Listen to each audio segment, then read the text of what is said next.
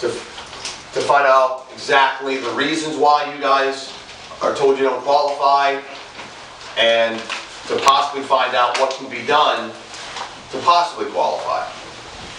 I'm still in the middle of those communications, but what I've been able to find out so far is that the reason your homes don't qualify, or that some of them don't, is that homes need to be on permanent foundations to qualify. And I believe that that reason is because the limits of their insurance coverage goes to the foundation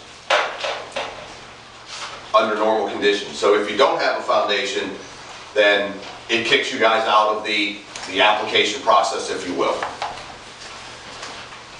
The fact that everyone has their own individual service is a good thing, because at least that company can identify each homeowner's service. I've asked them to try to find options in order to cover you folks, given that you have individual services under your names that billing can go to, you know, that physically can be understood what's your service line. I don't know how successful that inquiry is going to be honest with you. I think, you know, that they have made a decision that whether it be for underwriting or liability, that homes have to be on permanent foundations. But at least I'm going to push that. I'm going to attempt to see if there's an ability to maybe amend their procedure to make that happen. I wouldn't hold my breath. I'm not super confident. But on the other hand, they're a company like anybody else. They want to have customers, right? They make money off of signing up people for home service. So I think if there is a possibility, and they can turn it away, that they can make it happen, they'll give it an effort.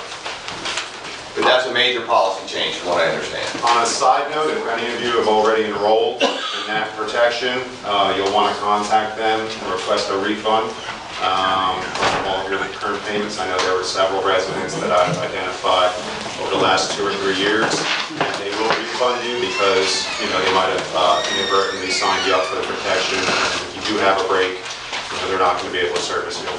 So if you need help with that, then just contact me in the office, and I'll put you in touch with the right people to get that completed. But on the other hand, a note that you're putting in all new good pipe and warranting it for a year. Right. We have that going for us. It's all new. It's going to be, I'm assuming, better than what's in there. Absolutely. I'm not sure how old this development is when that was originally put in, but yeah, what you will have to the tie-in point, yes, will be brand new. After the 1-year warranty expires, what's my responsibility? Your responsibility as the homeowner will be everything from the meter to the house, to your service, to your Which is the Across utility. the street or wherever. Yeah, there'll be a small portion where it goes from the main to the meter box. We're responsible for the meter box and what's in the meter box, and essentially from the other side of the meter box to the home is your responsibility. And that's the current setup. Section 6 of your lease is utilities, and that's how it's drafted in the lease as well. What's the piping you're using to go to the homes?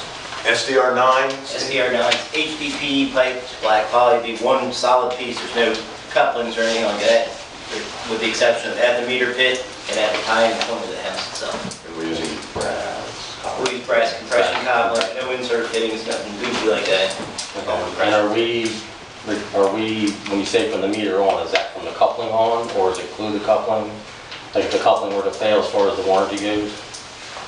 Or under the warranty period, for sure, we would cover that. But I mean, as far as responsibility goes, I'm sorry, like after the warranty is over, are we? Where it ties into at the back of the meter pit, where it ties into the there's a PVC stub coming out of the meter pit. At that point, that's a Tidewater installed piece of equipment. I would assume that Tidewater owns that coupling.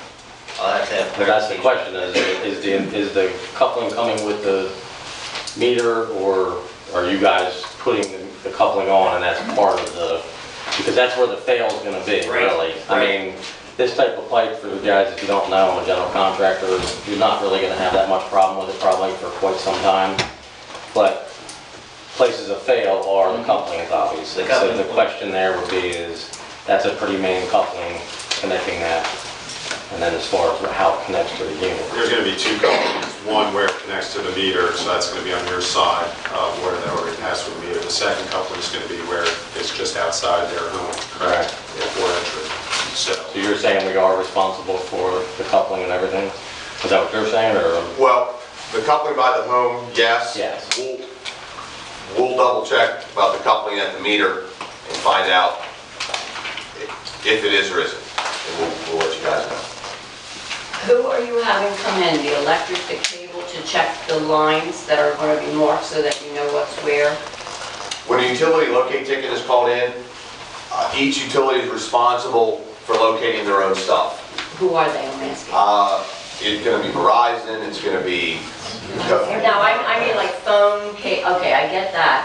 My concern is that you put the meter over in the front of the house, and I know where you're going to connect to my house, but when I bought the home, I didn't need any other fuel because I have a big electric unit to do air and heat. But I think there might be a tank in there that where at one point in time it had oil. Now that there's no oil company that's going to tell you there's a tank there because we have no service. That's correct. Can you? right, that brings up another good point. Another item that we're going to need assistance from you all as the residents here is if you know that you have an underground storage tank for oil, whether it's currently in service or if it's already been decommissioned and you're no longer utilizing it, if you could also provide that information to myself. I'll set up, either a specific email address or maybe a group email that everyone can reply to. But we'll figure that out so that all that information that comes from you all can be pushed forward to the construction team. So I don't know, so should I give you my name and have them check? Well, the way you'll find out is if you have a steel pipe or some type of pipe that comes up above, around the perimeter of your home at some point, it's capped off, that's the service for an underground storage tank. I believe, I don't know if I'm accurate, but it might be legal to just bury it and make it go away without keeping that pipe there.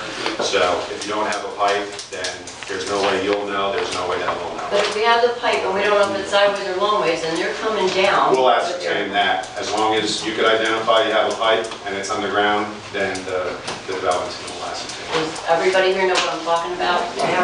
Okay, thank you. Mark had done some work in the past and provided us with maybe 8, 10, 12 locations of tanks that they were made aware of, and that we have that. But certainly, if we don't know if we have yours, we don't have yours, so just let us know either way.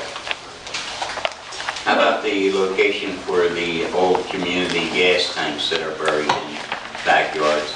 Those are all identified by Suburban and provided as well. Right? Because they're large. You indicated you're going to start in a month. Can you tell us where you're going to start?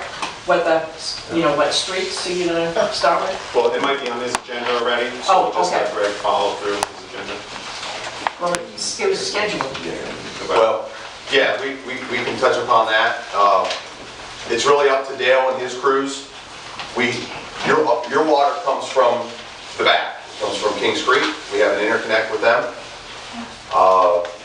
Most likely, that's where they're going to start, so that obviously they can put water into the new pipes, they can get it approved, and we can get it online, and then we can get your new services.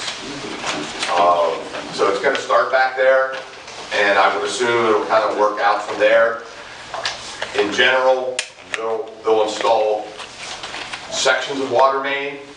That water main will get approved to put in service by the state, and then the service lines will be put in after that. In exactly which directions and which streets, We don't know that yet. Will you have a communication out, Mark? Yes. Trees and landscaping, back to the design. Part of the design tried to take in consideration as much as possible, not interfering with existing landscaping, trees and shrubberies and plantings and such. Most of the landscaping was back off the streets and didn't pose as much of an issue. Now the trees, some of them are pretty darn close to the street. We fully intend to be able to get by them, but again, based on the exact locations of the other utilities, it's going to be a case-by-case basis whether we actually have and run into some issues. As we go by existing trees, we may be able to get by the trunks and the substantial roots, but there's a high likelihood that the backhoes and the equipment aren't going to be able to get underneath the limbs. So we may have to do some trimming to be able to get the water main in. We don't anticipate losing a tree, but we may have to do some trimming. In fact, it's likely that we're going to have to do some trimming.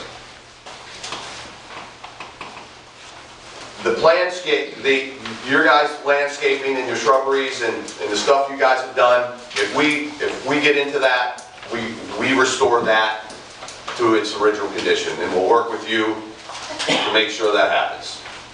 My understanding of the trees, that they're community property, if you will. My understanding again is that they're there for beautification, but ultimately, they're in an area which is generally typically reserved in the right-of-ways for utilities. And in a case like this, as I mentioned, we make every effort to avoid getting into those trees.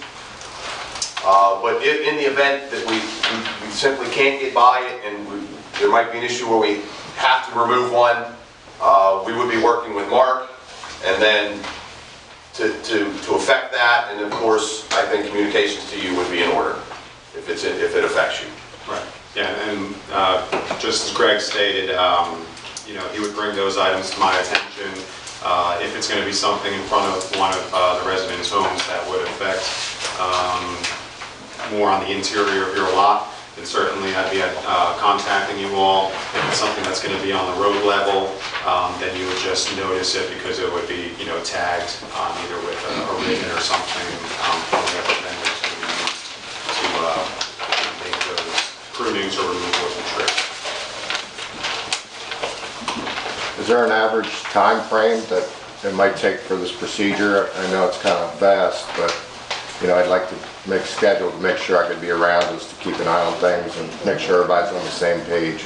I think what we've talked about is possibly putting yard signs either in the front of every resident's home as construction is going to be done on that street. This way you know exactly when your road will be worked. I understand. I meant like a day or two is the average, the normal time frame that it would take to install. You mean to get like across your property? Right. It would be within a day. Okay. Everybody's not here, though. There's a lot of people that are not full-time. What's the sign doing on the property? You need to contact them. Well, the sign is there so that with regards to if the service is going to be turned But off. I'm not living there.